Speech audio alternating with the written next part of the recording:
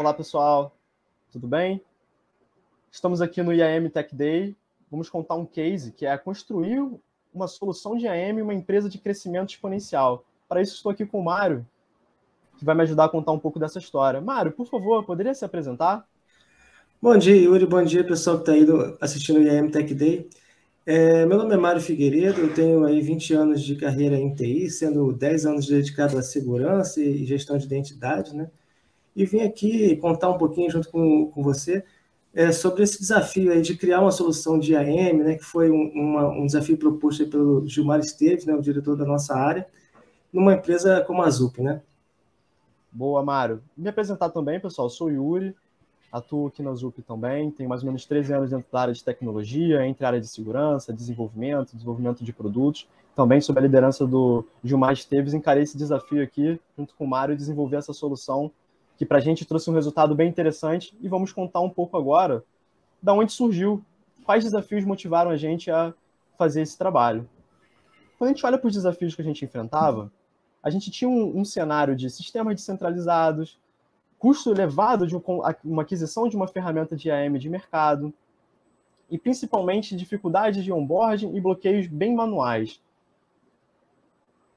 Grande dependência dos chamados, e a gente vivia uma empresa de crescimento exponencial, que dobrava de tamanho a cada ano, literalmente. Então, a gente está falando de milhares de colaboradores e um volume de crescimento muito acelerado. E, por fim, prestar contas para a auditoria era sempre uma dificuldade, uma vez que as informações não estavam centralizadas. Com isso, a gente pensou numa abordagem para essa solução. Mário, conta um pouquinho de como que foi a nossa abordagem. Falo sim, Yuri. Então, assim, ao invés da gente pensar em contratar uma ferramenta de mercado, né, uma vez que o custo das licenças é extremamente elevado, a gente montou uma pequena equipe de desenvolvimento e decidiu construir a nossa própria solução de IAM, uma vez que a gente já tem bastante experiência nessa área. Então, o objetivo aqui é trazer principalmente governança e administração de identidades. A gente sabe, por exemplo, quando ocorre um desligamento, você não pode ter diversas bases, né, para poder fazer esse desligamento, sempre é um risco grande de segurança. Então, a gente precisava ter essa autenticação centralizada, né, um login único, SSO para todas as ferramentas da empresa. Provisionamento automático. Então, hoje, quando o colaborador da Zup ele entra na empresa, né, ele já entra com todos os acessos necessários para a sua área, para que ele já possa começar a trabalhar a partir do primeiro dia. Isso era um trabalho que, na forma manual, levava praticamente aí, várias horas, né, e hoje isso acontece em menos de 5 minutos. E também a criação de um portal de autosserviço, né, onde a gente acaba com a dependência dos times de TI, para que o usuário possa fazer o seu reset de senha, solicitação de acesso, troca de biometria, enfim, tudo que ele precisa em relação a IAM, ele consegue fazer isso num único lugar, no seu portal de autosserviço, sem depender de ficar abrindo chamada. Muito bom, Mário.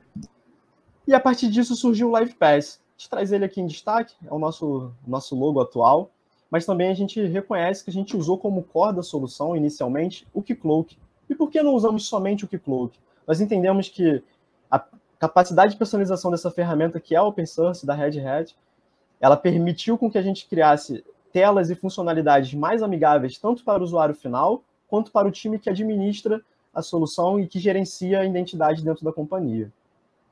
Nesse cenário, nós tivemos algumas tecnologias envolvidas nesse processo. Inclusive, Mário, quer dar destaque para algumas delas? Sim, Yuri. A gente, no front-end, né, a gente atua basicamente com a ferramenta React, né, protocolo React, e a linguagem de programação Java no back-end. Tudo isso rodando em Kubernetes, e também gostaria de destacar, né, que usamos toda a arquitetura da AWS e também o Grafana para a questão de monitoramento. Muito bom, Mário. E o que criamos, afinal?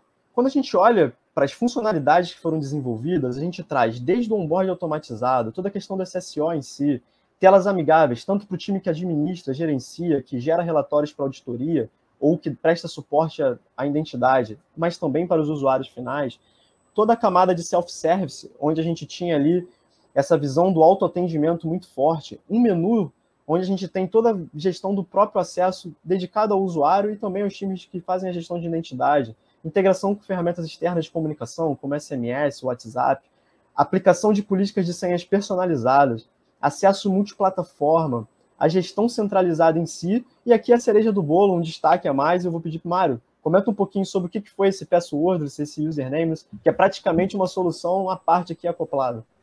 Legal. O Keycloak ele até tinha uma função dessa na versão beta, né? Mas era mesmo não recomendado para utilização em produção. Então a gente encarou esse desafio aí de desenvolver a nossa própria tecnologia de login sem senha, né? Usando o protocolo FIDO, que é um protocolo amplamente usado no mercado para esse fim, né? E a gente criou aplicativos tanto para Android como para iOS, onde o usuário consegue fazer o seu login sem utilizar senha, né? Usando, no caso do Android, a sua própria biometria e, no caso do iOS, o reconhecimento facial. Com isso, você consegue fazer o login sem ter que se preocupar com senha, decorar senha, esquecer senha. Então, traz uma agilidade muito grande e uma facilidade aí do uso para o dia a dia. Perfeito, Mário. Além de evitar uma grande brecha de vazamento, né? Então a gente tem toda uma proteção de segurança e também o dia a dia do usuário sendo uma experiência mais amigável. E quando a gente falando em segurança, a gente olha para algumas coisas específicas da nossa arquitetura que nos protegem ainda mais. Então nós trabalhamos ali com restrições de IP, restrições de horário, se necessário, uma feature é possível de utilizar, toda a questão de anti-brute force e rate limit, monitoramento e log centralizado, então tanto para o dia a dia quanto para a prestação de contas para auditoria, isso facilita bastante. A utilização de CAPT, a arquitetura padrão já com o WAF, então nossa arquitetura recomendada já trabalha toda essa questão. A própria parte de Multifactor Authentication e os testes de segurança em si, que foi um ciclo implementado, e aqui até um dinamismo e solicitação da nossa própria diretoria aqui, do próprio Gilmar, da gente conseguir fazer toda essa questão de manter a ferramenta sendo testada ciclicamente. E resultados em números, aqui é como a gente conta um pouco como esse case se materializou e o volume que a gente tem dentro dessa ferramenta. Hoje nós olhamos, de onboard, nós tivemos um onboard automatizado de mais ou menos 4 mil usuários, com cerca de 36 mil acessos criados de forma automatizada. E a gente olha para esse tempo, durou menos de 5 minutos esse processo em cada rodada que a gente faz de onboard. Quando a gente olha o tempo e produtividade, aqui a gente fala muito do tempo que a gente devolveu para os colaboradores da companhia, pensando em quantidade de ferramentas que estão integradas a essa plataforma e possibilitam um SSO. Aqui a gente está falando numa seara de quase 10 mil horas. Imagina essa quantidade de recurso em horas sendo aplicado, devolvida para o colaborador. E quando a gente olha aqui também toda aquela parte de self-service, como o Mário já citou bem, nossa ferramenta foca em abstrair carga do time de suporte, do time de identidade e dar poder, e obviamente de forma segura, para que o usuário resolva a maior parte dos seus problemas. Então aqui a gente teve aqui num ciclo curto de 1 ano, mais ou menos ali 7.500 resets nesse período. Lembrando que aqui a gente usa como base de cálculo uma calculadora de mercado, do próprio Forcer e também da ForgeRock como referência. Avançando um pouco mais, hoje nós temos um volume mais ou menos de 13 mil acessos diários, 13 mil logins dentro dessa plataforma, e nós temos ali cerca de 3.500 usuários únicos. Quando a gente pensa no passwords que citamos ainda há pouco, nós já temos 10% quase dessa força de trabalho, nós estamos fazendo um rollout faseado, mas hoje cerca de 300 colaboradores já fazem uso dessa solução no seu dia a dia. Inclusive, isso reflete uma redução drástica do volume de resets de senha, uma vez que eles estão se autenticando com a própria biometria. E o custo? Acho que aqui tem um fator muito relevante. Quando a gente olha para o custo, a gente tem 0 custo de licenciamento e 0 custo de aquisição. E os valores envolvidos na montagem de time e desenvolvimento em si da solução, ele já se pagou ao longo dessa jornada.